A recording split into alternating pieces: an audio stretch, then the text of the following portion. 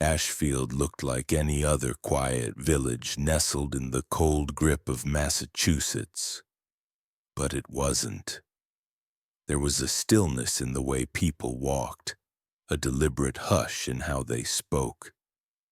The streets were swept even when no one passed, and every porch bore dried flowers that no longer had names tied to them. At the center of it all stood the Ashfield Chapel, a modest white structure with peeling paint and a bell tower that hadn't rung for anything but Sunday service in 13 years. The bell didn't mark births or deaths anymore, not publicly, but every Sunday the sound came anyway. A single measured toll, one for each week, and just before the doors opened, a coffin would already be waiting behind the chapel, built fresh, never reused. No one asked who it was for. They only stared at the wood long enough to know it was always the right size. Reverend Haskett called it, "The Lord's will made ready." He was not a loud man. That was what people liked about him. His voice didn't rise, not even during the Lord's Prayer, and when he walked among the pews it was with the softness of a man who had seen grief and claimed he feared adding to it. He had come to Ashfield after the death of the last priest, Father Marlin, who had supposedly drowned himself in the river in the winter of 1843. But no body was found, and the river never froze again after that. Haskett had arrived a week later with nothing but a hymn book and a single trunk that he would not allow anyone to carry. His sermons were tender, almost sleepy. He spoke more of sorrow than sin, but he watched, always watched, mostly the children. He never touched them, not in front of anyone, but he memorized their steps, called them by pet names their own mothers had forgotten, and kept a chalkboard in the vestry with their birthdays etched out like moon phases. On the last Sunday of January 1856, the coffin was smaller than usual. Not infant-sized, but not quite for a man either. The carpenter who delivered it said nothing, just nodded and drove the cart around back. Reverend Haskett was already inside, lighting candles that didn't need to be lit yet. He said it brought peace to light them early. That Sunday the pews filled slower.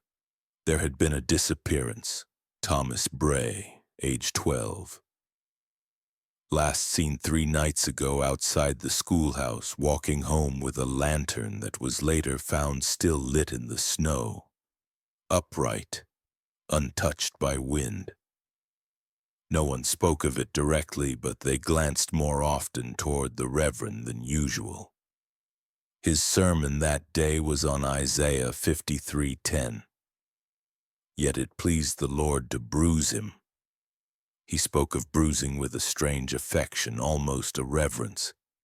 He talked about how suffering makes a soul visible, how pain could be divine if one allowed it, and he told the congregation that some children were born with heavy hearts they could not carry past 12.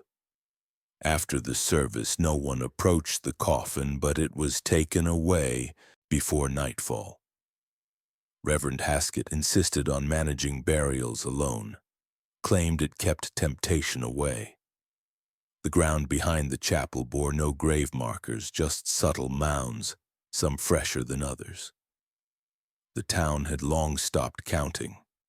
When questioned, he would simply say the records were lost in the fire, a fire no one recalled ever seeing. Behind closed doors, he kept the soil turned. Inside the chapel basement, where few had reason to go, the silence was absolute. The stone walls were wet year-round, but not from leaks. A salt trough lined the walls, waist-high, and in it floated remnants. Bone fragments, cloth straps, bits of blackened tooth enamel. At the far end sat a narrow wooden table with iron clamps polished from use. It was not medical. It was not surgical. It was not humane, and it had a drawer filled with fine silver tools, not blades but wedges, pins, and tiny branding irons no larger than a child's finger. Each had initials carved into the handle, and some matched the names on the chalkboard upstairs. The Reverend did not see himself as a torturer. He saw himself as a curator of the soul. He believed some children were born cursed and could only be cleansed by the silence of flesh, as he wrote in his private scriptures. He never let them scream, not because he feared being caught, but because he believed screams spoiled the holiness of the ritual. He would press linen soaked in laudanum and salt water against their mouths until they drifted not into sleep, but into a compliant, conscious stillness. Then he began his work. The most sacred rites were performed at night, just before Sunday's coffin was placed. He called it harrowing the vessel. The child would be bent, fixed, drained, and then wrapped in grave cloth as if nothing had ever moved inside them. By morning, the town accepted the burial as quietly as they accepted the sermon. In Ashfield, the deaths were not sudden. They were not loud. They crept in like cold through cracks in the wall, leaving just enough evidence to be ignored. One mother claimed to see her son's fingernail nailed to the inside of the chapel door, etched with a verse. She moved away that week, and no one mentioned her name again.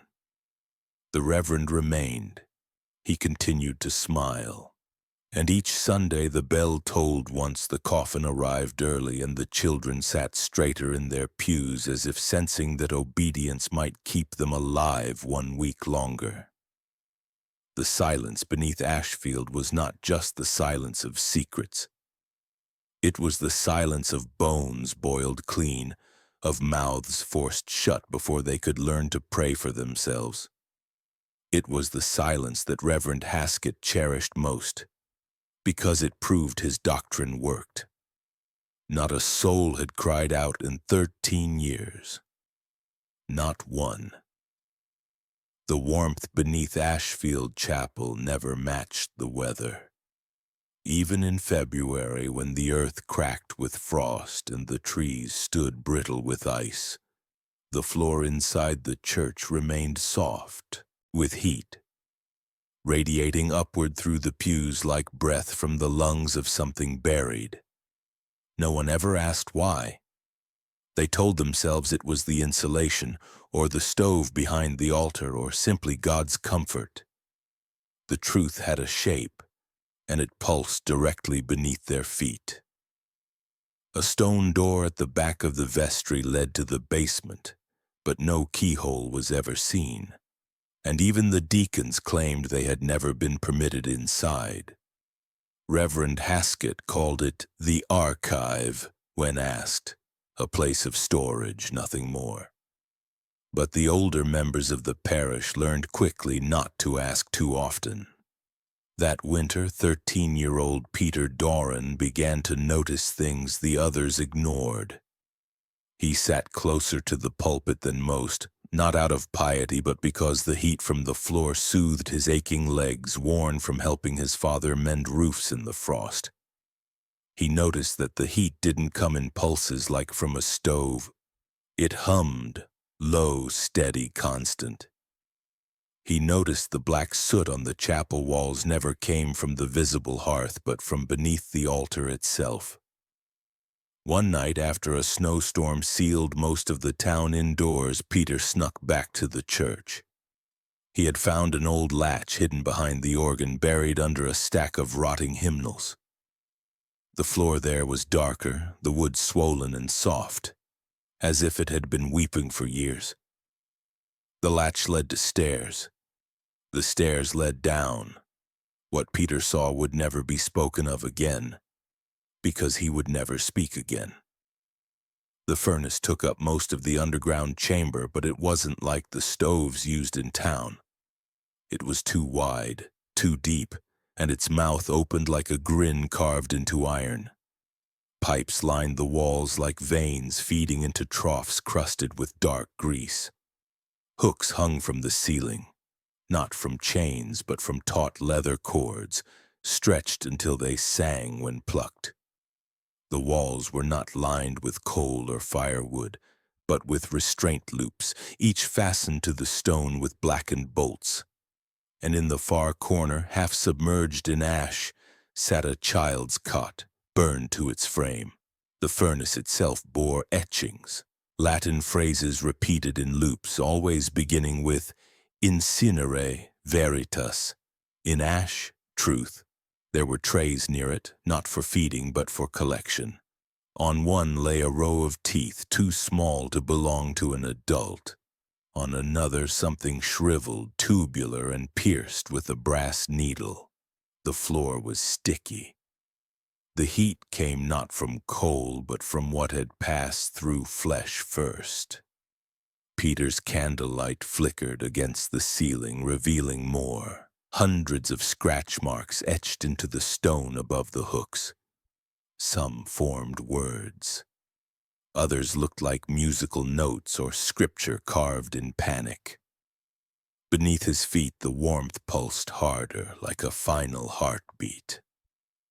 He didn't scream. He didn't run. He just stared. Then the door closed behind him and the latch was gone. By morning, Peter was not in his bed. His boots were found outside the chapel, half melted into the snow. The Reverend preached as usual that day, calm, composed, with a sermon on obedience and the dangers of curiosity. He said nothing of Peter. No one asked. Over the next weeks, the warmth of the chapel grew stronger. Parishioners who sat closest to the altar developed rashes along their legs as if something burned beneath the boards. One child fainted mid-service, nose bleeding. Haskett called it divine burden and placed a cloth soaked in vinegar on her head. That same night, the furnace was fed again. It was never just death that interested Haskett. It was the process of turning a body into something more obedient than silence. The furnace was his cathedral within a cathedral, a place where disobedient children, defiant widows, and the spiritually unhardened could be softened, reshaped, and finally sacrificed. The restraints were not merely for holding, they were for aligning. Limbs bent in ritual poses, torsos slashed in measured patterns, tongues removed and offered whole before the fire. He kept journals of it all, not in ink, but in soot mixed with bone dust, written on vellum cut from those who lasted longest. Each death was calculated, each scream timed. He believed sound could corrupt the ritual unless matched with precise intervals.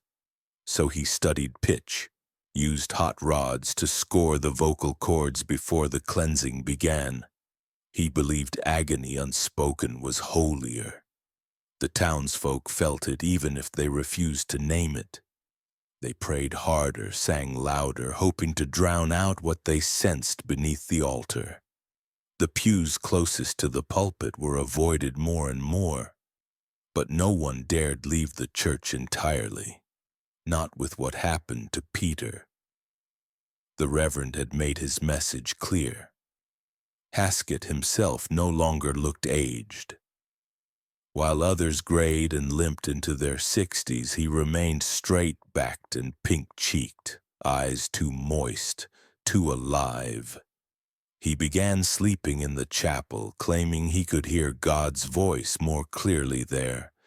But at night the real sound came from below, a hum, a whisper, a kind of low breathing from the furnace that never went out. That winter 3 more coffins arrived early. None bore names. One mother swore she heard her daughter's lullaby echo from the chapel when no one else was inside. She moved away within the week, and the stone at the back of the vestry remained warm even through blizzards.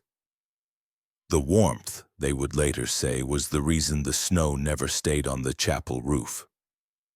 Not once in 13 years. It melted too fast. It vanished. Like Peter, like the others.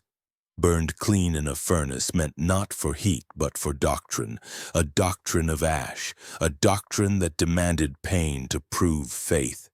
And Reverend Haskett, always smiling, always watching, kept the fire alive for those who needed correction.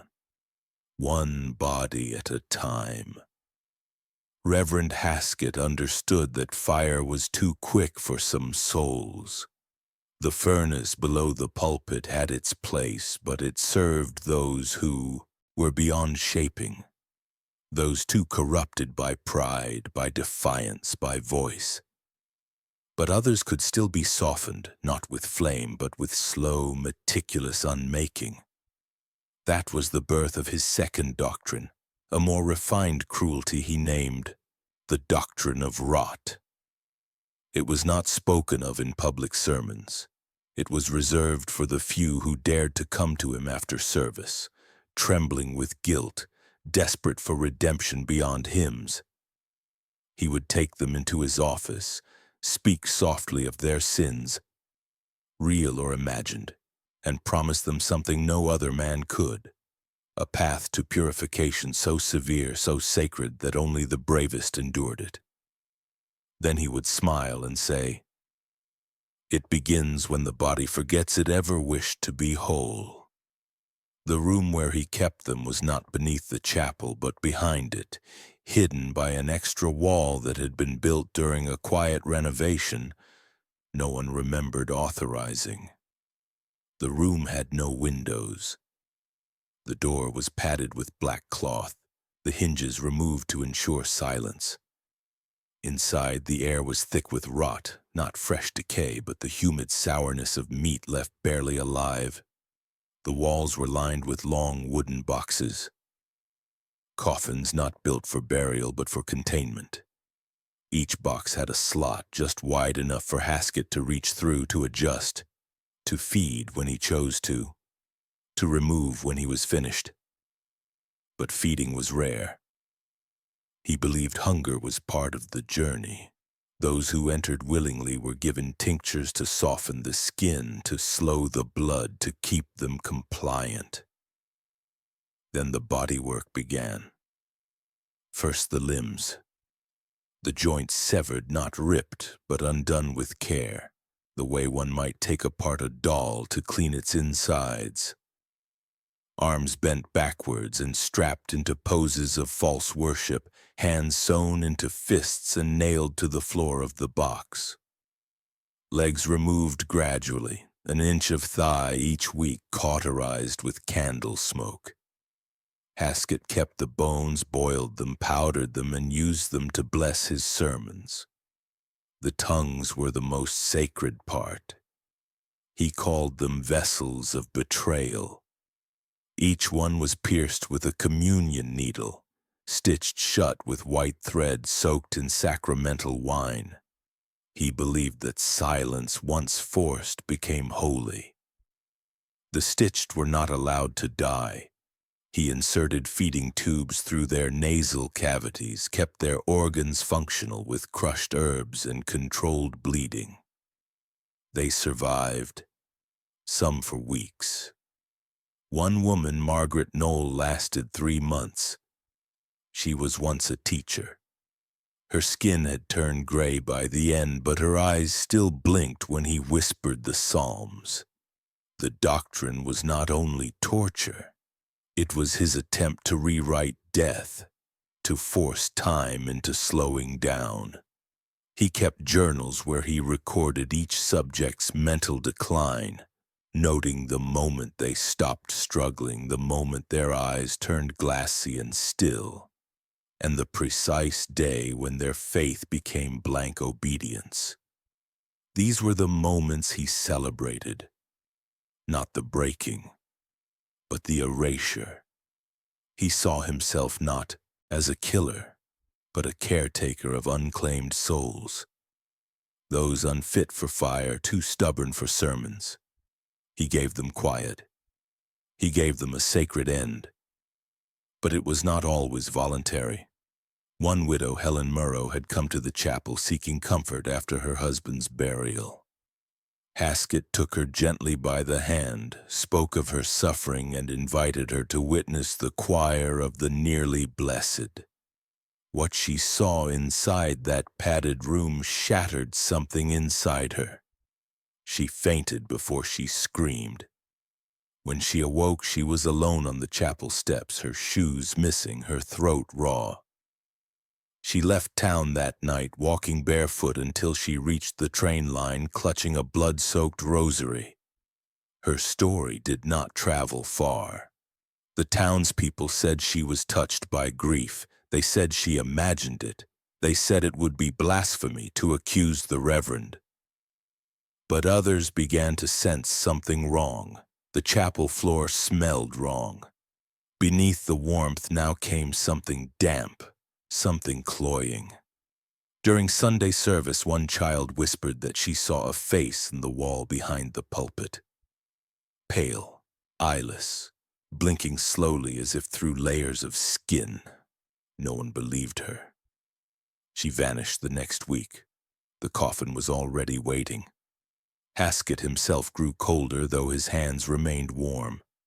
He no longer shook with age, no longer showed hunger or sleep. He began to speak of the body as something to be peeled away. His language changed. He spoke of the human soul as an onion, layers of resistance, pride, voice, flesh, all to be removed one by one until only spirit remained. He said this to a group of mothers one evening during a reading circle. None returned the next week. Their husbands said they were resting. Their windows were shuttered from then on. Every disappearance in Ashfield now carried the same shape. Silence, a locked door, a coffin without inscription. Some townsfolk began to keep their children indoors. Some left small food offerings at the chapel door.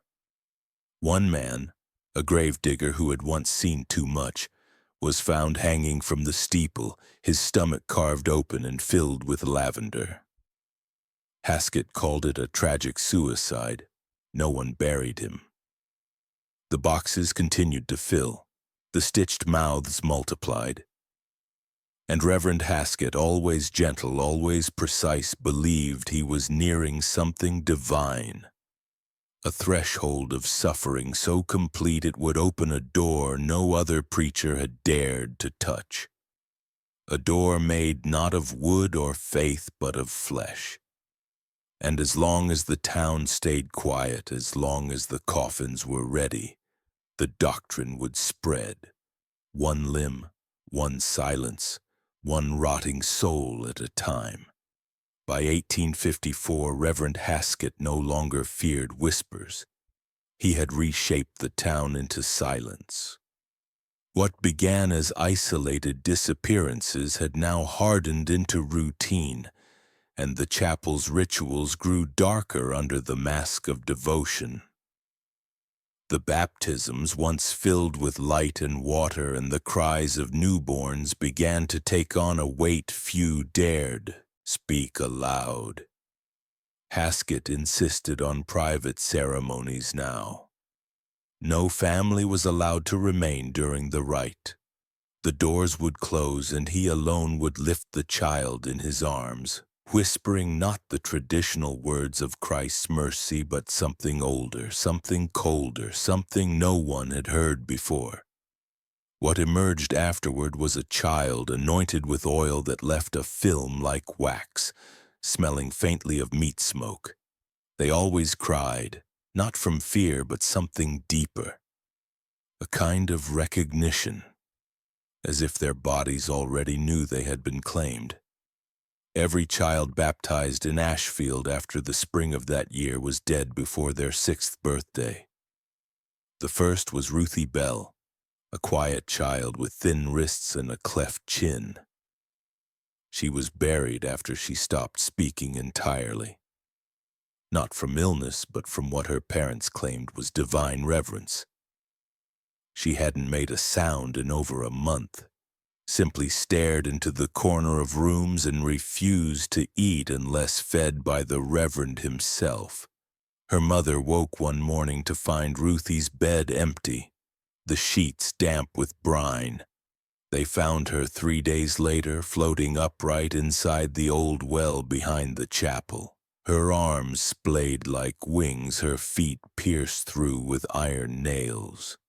Her rib cage had been opened with care, the bones peeled back like petals and stuffed with pages torn from psalms.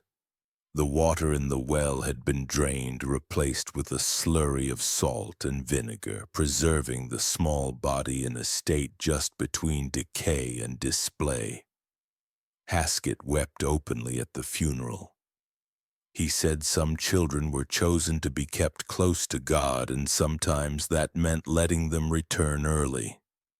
He said she was still with them in spirit and salt. The town accepted it, or pretended to. But then came the others, small coffins every few months, always the same age, always baptized by Haskett. No outward wounds, not at first. Then a different pattern emerged.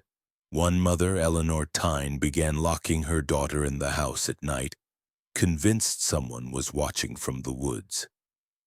She had found a small cloth parcel tied with communion thread under her daughter's pillow.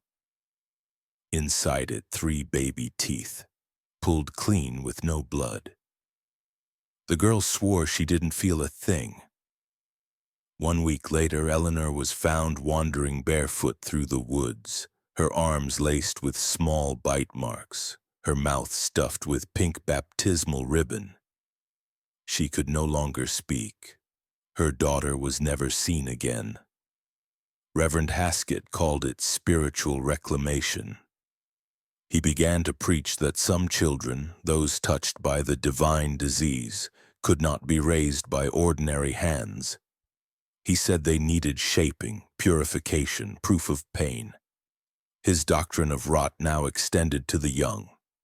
He began collecting small tools, narrow razors, hollowed scalpels, pincers designed for infant limbs. He claimed he was preparing for the resurrection, not metaphorically, literally. The worst came in winter. A girl named Abigail Prynne, 6 weeks past her baptism, vanished after service.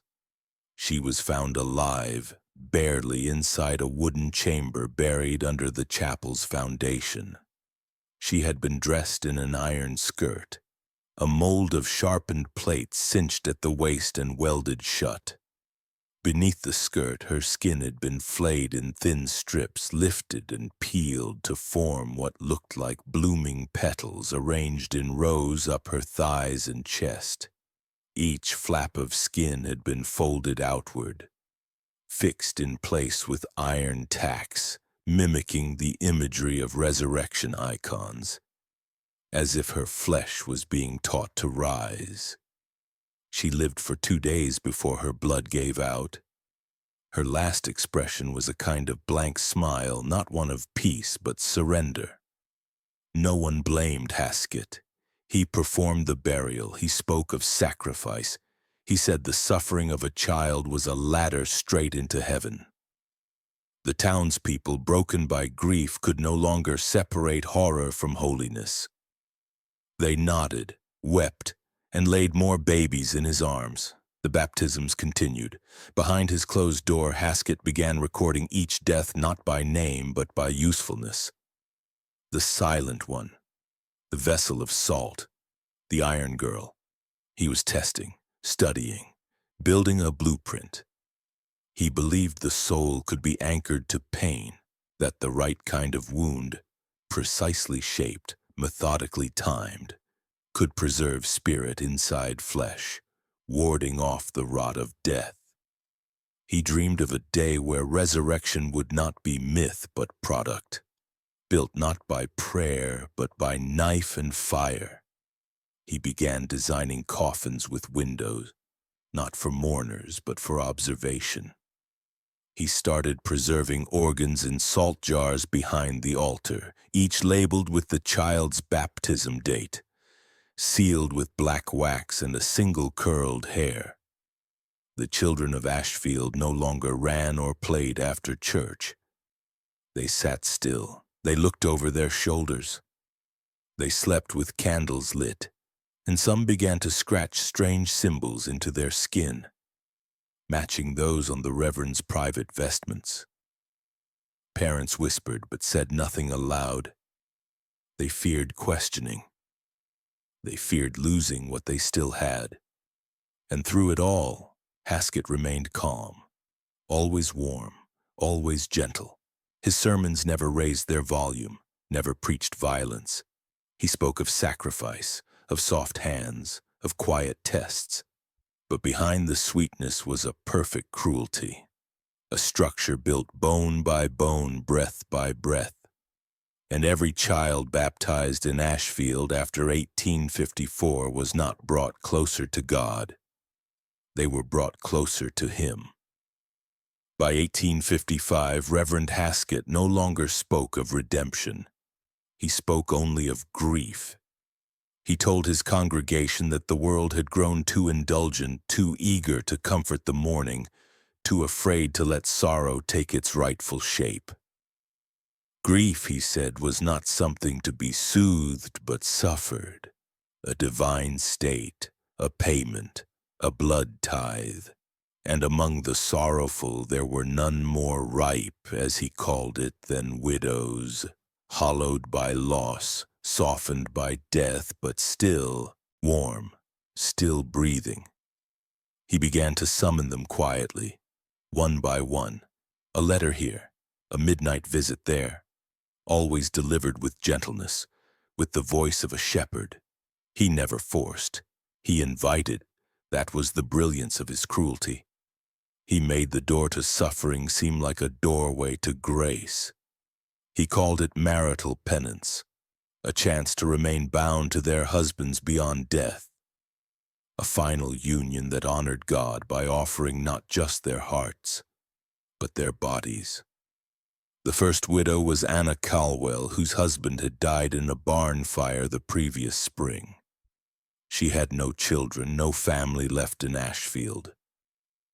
The Reverend approached her with sympathy, offered prayer, and then asked her if she had wept enough. When she said no, he smiled and told her that was holy. He brought her into the chapel late one evening, gave her a robe made of linen and black thread, and poured something sweet into her tea. She awoke underground, the soil brushing her lips, her body wrapped in a bridal gown that was not cotton but something coarse and dark. She would never know it was made from her own hair. Clipped while she slept, twisted into fabric, woven into sleeves. Haskett called it binding the body to memory. The coffin was not sealed. It was lined with padding soaked in belladonna and wormwood, designed to keep her numb, pliant, unsure of what was dream and what was burial. A small tube pushed air through just enough to keep her lungs moving. She lasted 5 days. By then she no longer prayed. She whispered only his name. After that, the ritual became a fixture. Widows were seen entering the chapel at dusk, veiled in gray. They were never seen again. Haskett told the town they had chosen a life of cloistered devotion, that they now lived in silence beneath the house of God, tending to the dead in secret. He called them the brides of Ashfield. Some believed him. Most chose not to ask. It was easier. The grief, after all, was real, and the Reverend offered a purpose for it. Who else had done that? The gowns became more elaborate. He began requesting locks of hair from mourning women, claiming it was part of a holy embroidery. In truth, he used it to tailor burial dresses, needleworked with funeral hymns, laced with dried blood and fine wire to stiffen the bodice. He used copper pins instead of thread, pressing them through the fabric into the skin without drawing blood. He had learned to drug the spine, to paralyze without silencing. That way they could still feel the soil against their fingers, still know the taste of dust and linen, still beg in slurred, half-sainted tongues. He buried them beneath the chapel in rows, each marked by a carved stone heart and a date. There were 13 before the year ended. He documented each one meticulously, sketching their faces mid-burial, cataloging their last coherent thoughts. He called it mapping the descent. But even methodical evil cracks eventually. One widow, Clara Dunn, was different. She had come to him willingly, but with questions. Her husband had drowned in a quarry pond under strange circumstances, and something in her refused to believe it was natural. Haskett, sensing resistance, upped the dosage, doubled the belladonna, but her mind refused to blur. She saw the walls as they lowered her. She saw the gown. She felt the pins, and she bit down so hard on her tongue it split open, spitting blood and ink from the communion wafer he had hidden in her mouth. That rupture gave her clarity. Enough to act, enough to wait.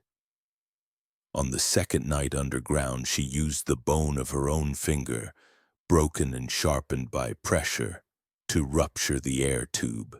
She used her blood to mark the inner lining of the coffin, spelling only one word: why. Then with sheer instinct she clawed upward through 5 feet of loose soil. When she emerged, her eyes were gone, gouged not by tools but by her own hands.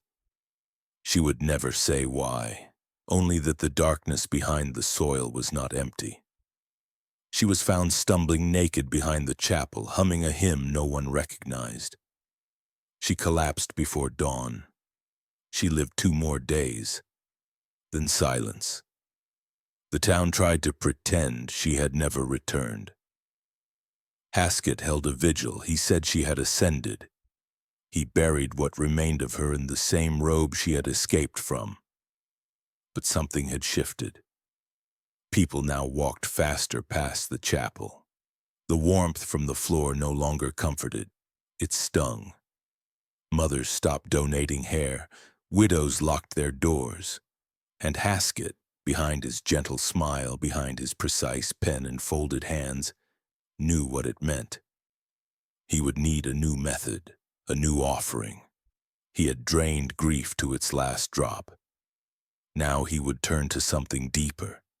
Something not born from love but from guilt, from fear, from children who had sinned before birth. And as he stood over the altar that Sunday, preaching calmly to a half-empty chapel, he whispered the first line of the next doctrine under his breath.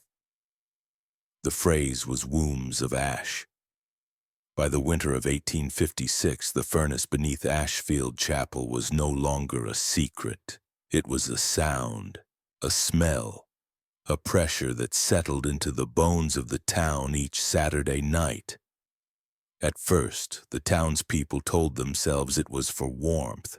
Reverend Haskett preparing the chapel for morning worship, nothing more. But the smoke smelled wrong. Not wood, not coal. Something thicker, something faintly sweet like scorched syrup and wet leather. The glow from the chapel windows flickered not yellow but deep orange, pulsing slow like breath.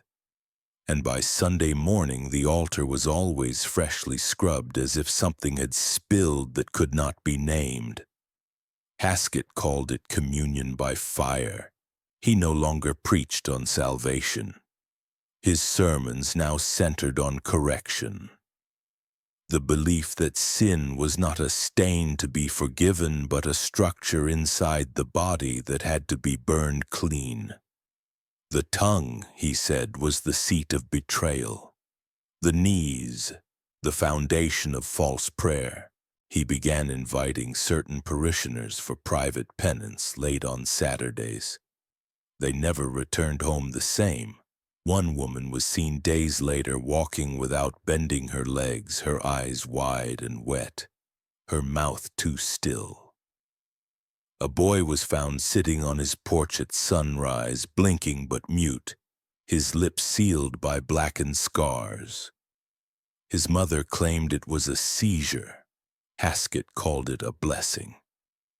The truth came in pieces, whispered by a woman named Dorothea Graves, a former asylum nurse from Boston who had come to Ashfield after a fire destroyed her ward. She kept quiet for months, working as a laundress, folding baptismal gowns and cleaning communion cloths. But one night she slipped into the chapel after curfew, drawn by the smoke. What she saw in the basement was not a furnace.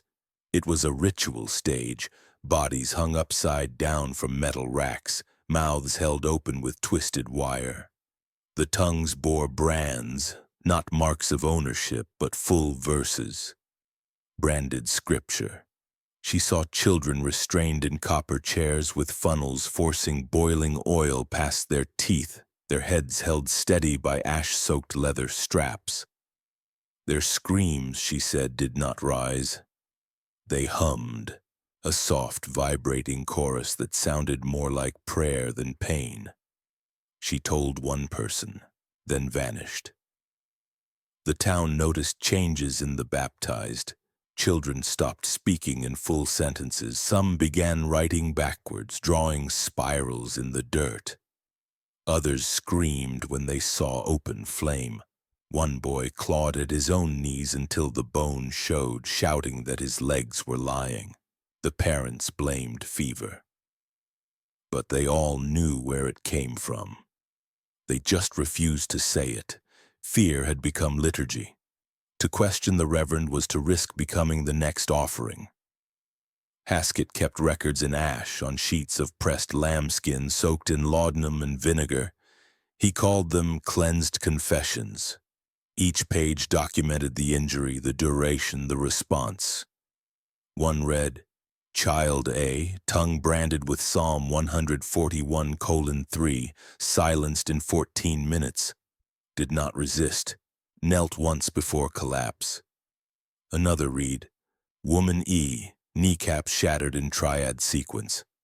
Confessed to impure mourning, died with mouth open, acceptable. He was building something, not knowledge, not justice, a blueprint for transformation.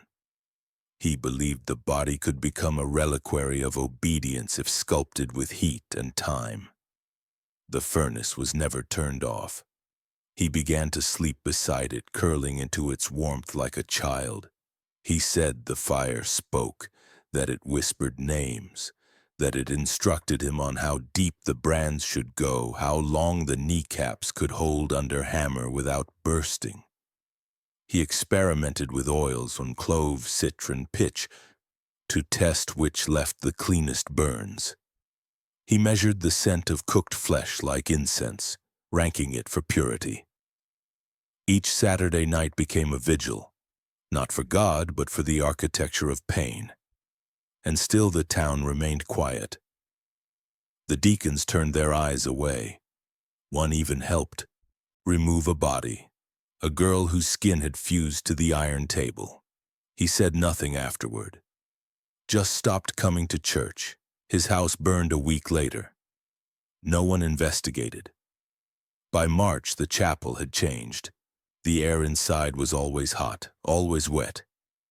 Paint peeled from the walls in strips. The pews near the altar were abandoned, too close to the floor grates where heat now pulsed like a living thing. The organ keys stuck from melted wax.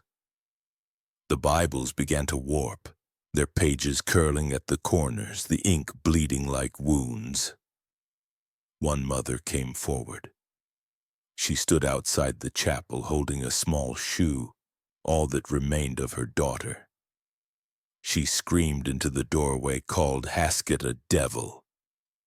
The next day she was found in her garden, mouth open, soil stuffed down her throat. Her hands were folded in prayer. And still the townspeople bowed their heads on Sundays. Haskett was evolving. The violence was no longer hidden. It was woven into doctrine.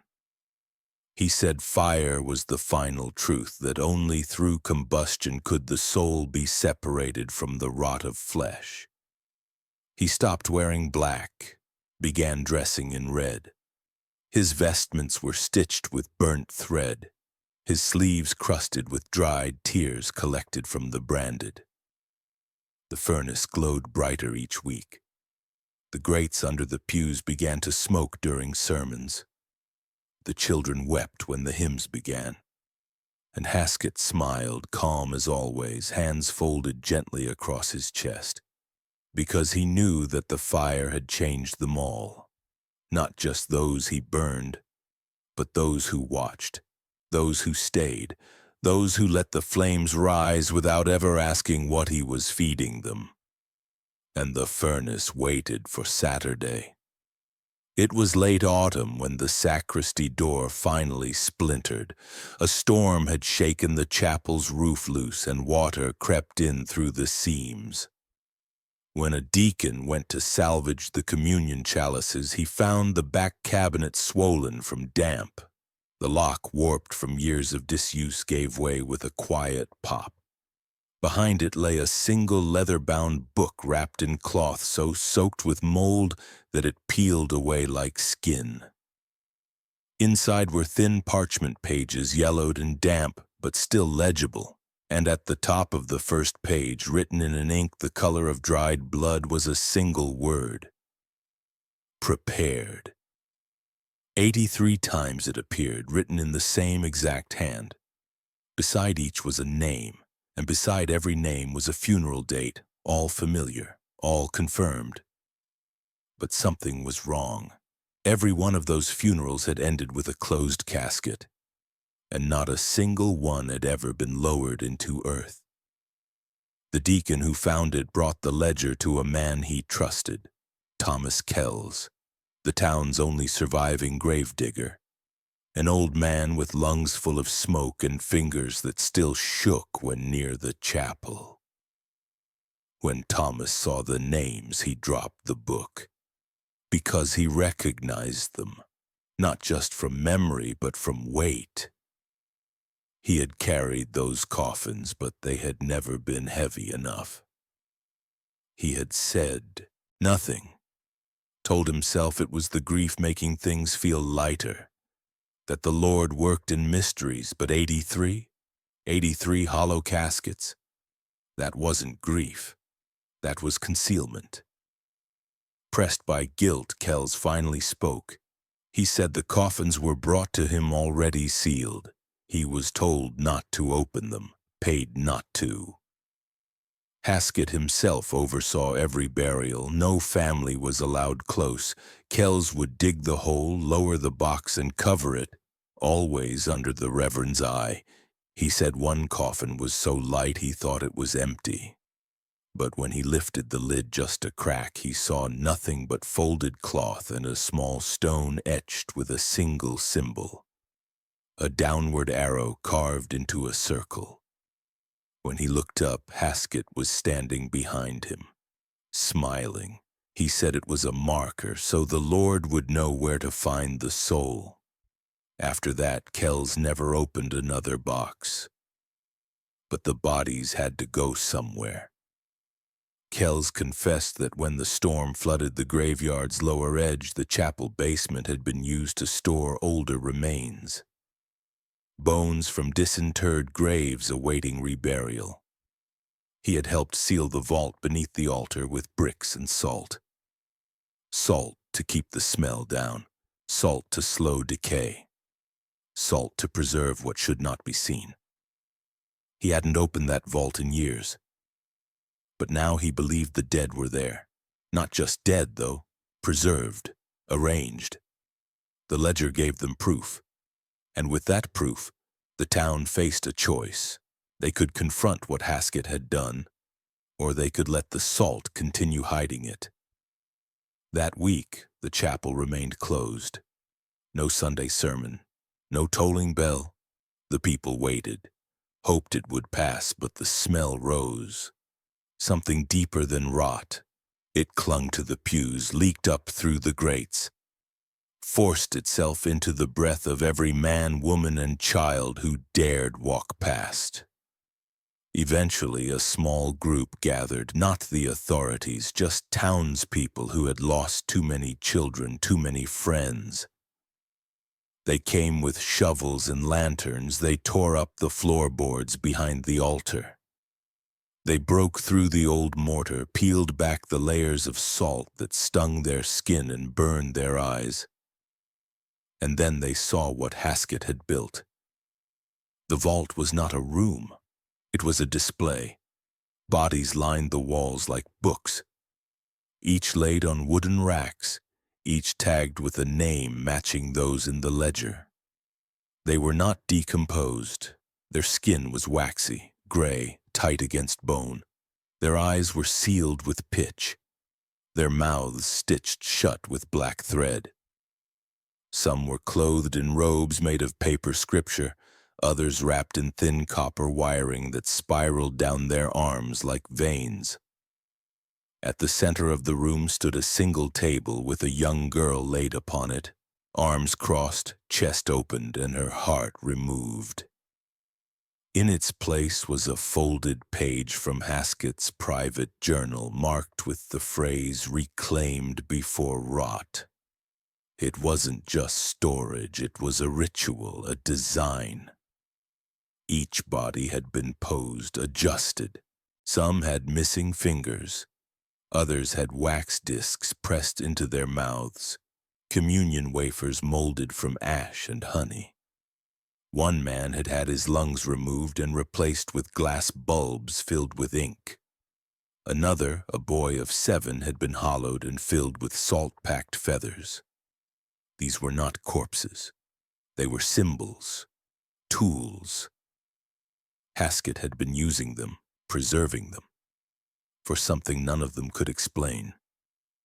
And he was gone. The chapel was empty, his robes folded neatly on the pulpit. The furnace had burned cold for 2 days.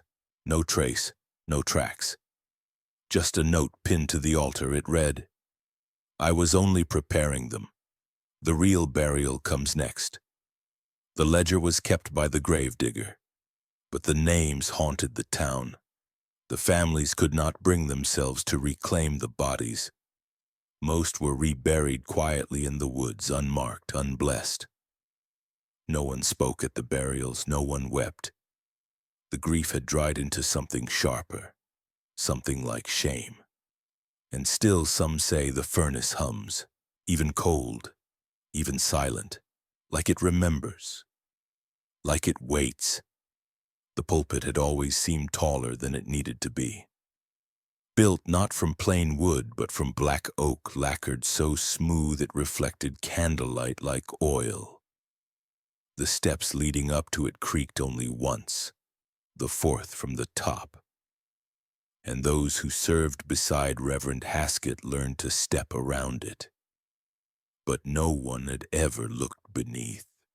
Not until after the ledger was found, not until the bodies were uncovered, not until the floorboards began to rot from below, bleeding out heat even when the furnace had long gone cold.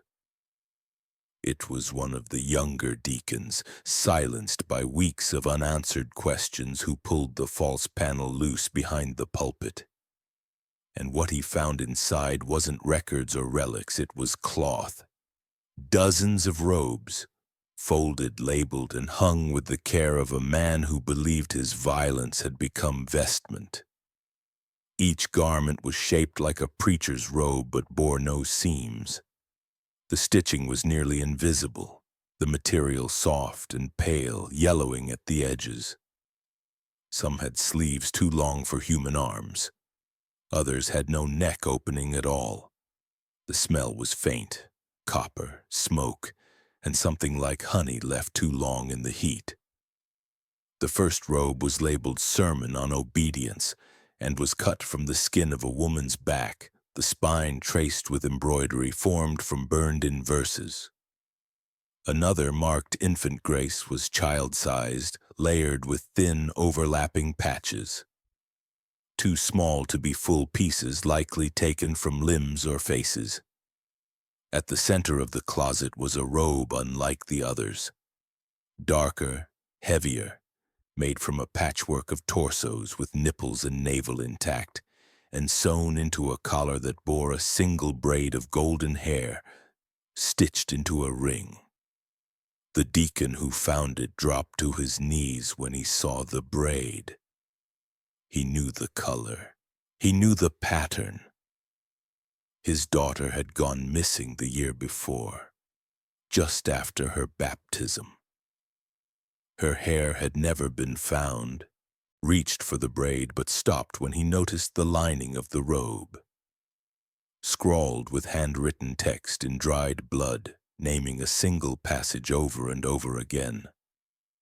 Rejoice in suffering, for through it we find him.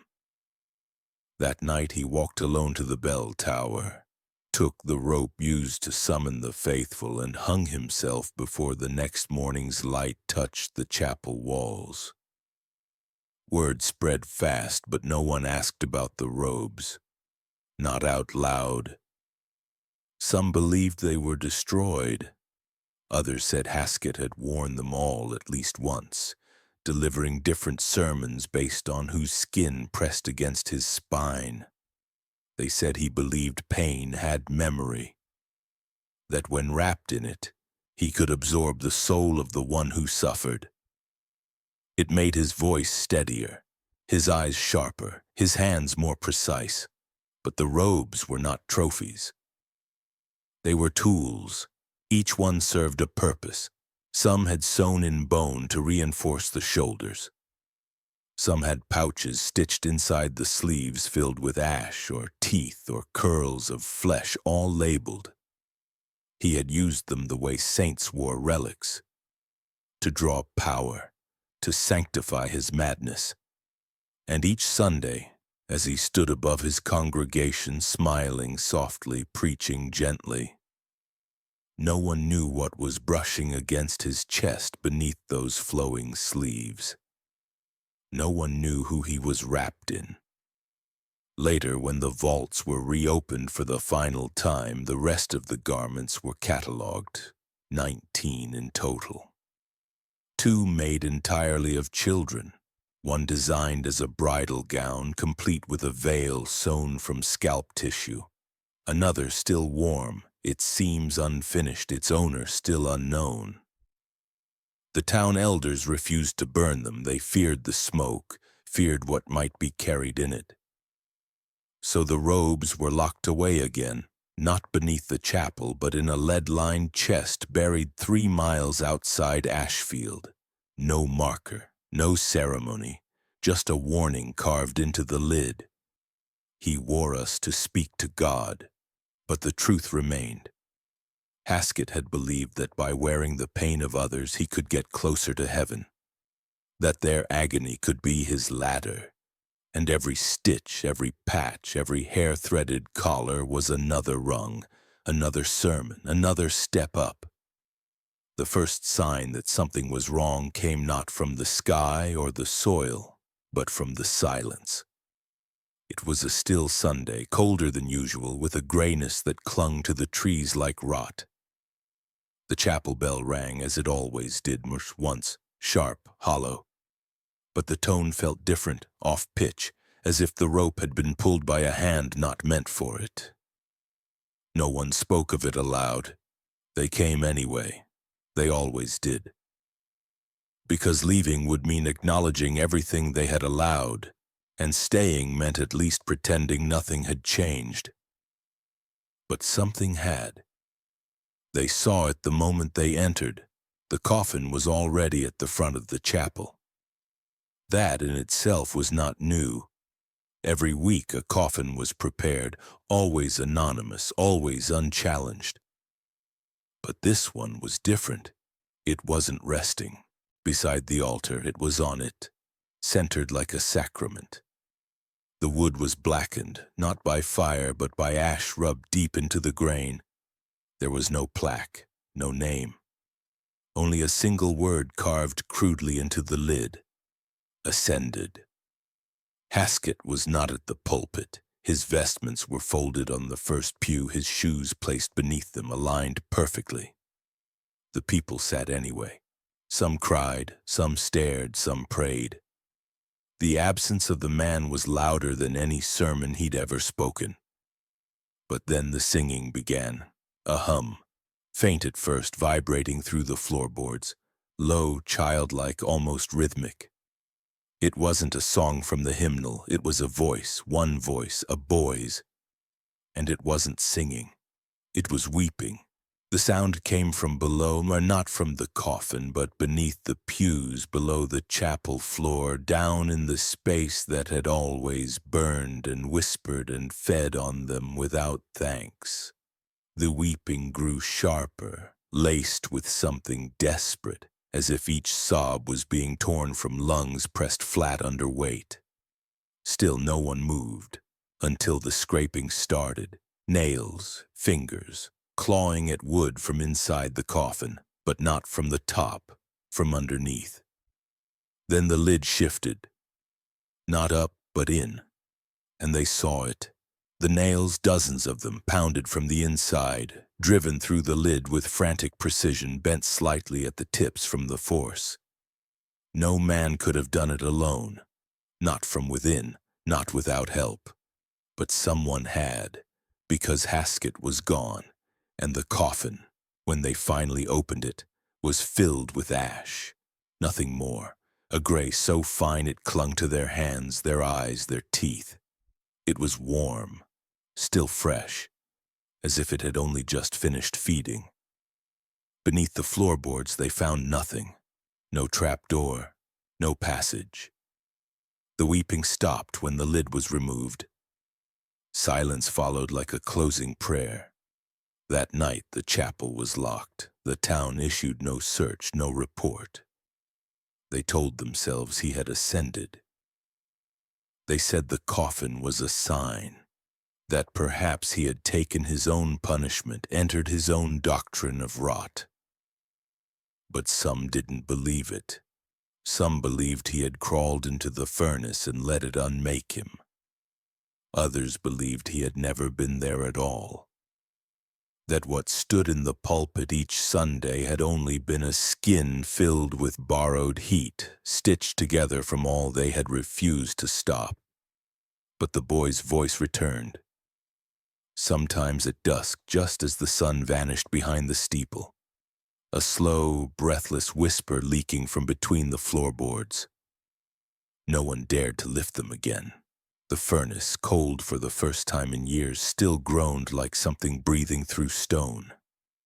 It was never lit again, but it never stopped humming. And the coffin?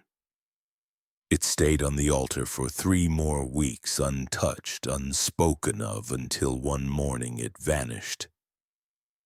No one saw who took it. No one admitted to opening the chapel. Only the blackened outline remained, stained into the wood, shaped like a man who had once called pain a pathway to God, and had perhaps found a way through, or perhaps had simply fled before his work was finished. By the spring of 1864, Ashfield had more graves than people and fewer answers than names. The chapel stood empty. Its furnace long cooled but never truly dead. Windows clouded over with soot no one bothered to clean. Doors warped in their frames, refusing to shut, as if even the building had grown tired of keeping secrets. A wind passed through Ashfield that year that felt like something giving up, not a cleansing but a surrender. The townspeople left slowly, not all at once. One family every few weeks, a cart here, a locked house there. No goodbyes, just absences. By winter, the only things left were the graves, the chapel, and the silence. The state took notice only when the last property fell into disrepair and the chapel records, or what was left of them, were uncovered during a routine land inspection. A junior clerk found them in a rusted cabinet behind the pulpit, sealed in waxed linen. Letters, death notices, an unfiled complaint from a woman who had disappeared a month later. The documents were sent to Boston. What followed was not outrage, but embarrassment. A quiet legislative review, a carefully worded proposal, then, years too late, the passing of a law. An act against solitary religious confinement and closed ritual sacraments. The law was a page and a half.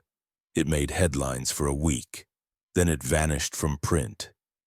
Its language was cautious. It restricted the construction of unlicensed chapels with sub-level facilities. It banned private religious rites performed on minors without a certified witness. It discouraged burial without family consent, but nowhere in its paragraphs did the name Ashfield appear. Nowhere did it mention the skin-sewn robes or the children preserved in salt, or the furnace that hummed long after the Reverend disappeared. They thought silence would close the wound. They thought time would cauterize what the law had missed. But time does not heal when the rot is ritual. It buries, then it seeds. In 1924, 68 years after the last confirmed death in Ashfield, a statue was unveiled in a quiet Boston cemetery. It was commissioned by a small group of historians and whispered survivors' families. No church endorsed it. No press covered the event. The statue stood 12 feet tall, a woman in a long robe, her face blank, her mouth stitched with wire, holding a salt jar in one hand and a folded child's bonnet in the other. At the base, carved into gray stone, were 5 words. For those he prepared too soon. She became known as the Salt Bride, but even she could not stand untouched. Within a year, the statue was vandalized. Her hands were broken off, the salt jar shattered, the bonnet defaced with scripture. No one was arrested. No one investigated. And over time, her story was softened, turned into folklore, sanitized for lectures and ghost tours. Children were told she mourned an unnamed plague. Teachers said she symbolized sacrifice.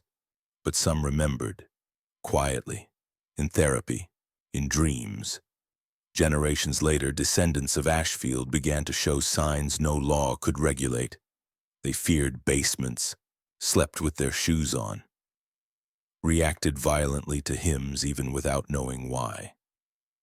Some refused baptism altogether. Others cut the tongues out of dolls and buried them in salt as children. They could not explain these urges. They only knew something was wrong, buried deep, not in them, but through them. Then came the rumors. They started small.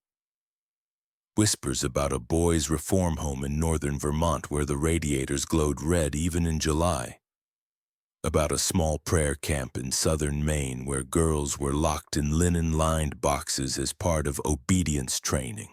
No arrests, no trials, just fire codes, just building violations, just quiet closures. The press called them isolated, but the survivors said something else. They said the preachers wore robes that felt too soft. They said the sermons smelled like honey and ash. They said they saw hooks in the ceilings and verses on the floorboards. The phrase furnace preacher entered academic journals in 1972 quietly, briefly. It was cited once in a study about rural cult abuse, then removed from later editions. Too inflammatory, too unbelievable, but it stayed in the margins, in footnotes, in trauma reports. The figure of Haskett, or something like him, began to resurface. Not in churches, but in institutions meant to fix the broken, reform homes, prayer camps, isolated retreats. Always places where silence was called sacred, where pain was renamed purification. Ashfield by then was nothing but a map point. Trees grew through the chapel roof, the pews collapsed under mold.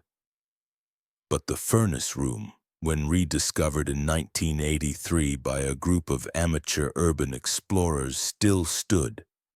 The grates had rusted, the table was cracked, but the walls held. And one thing remained untouched, a single nail driven into the stone with such force it could not be removed.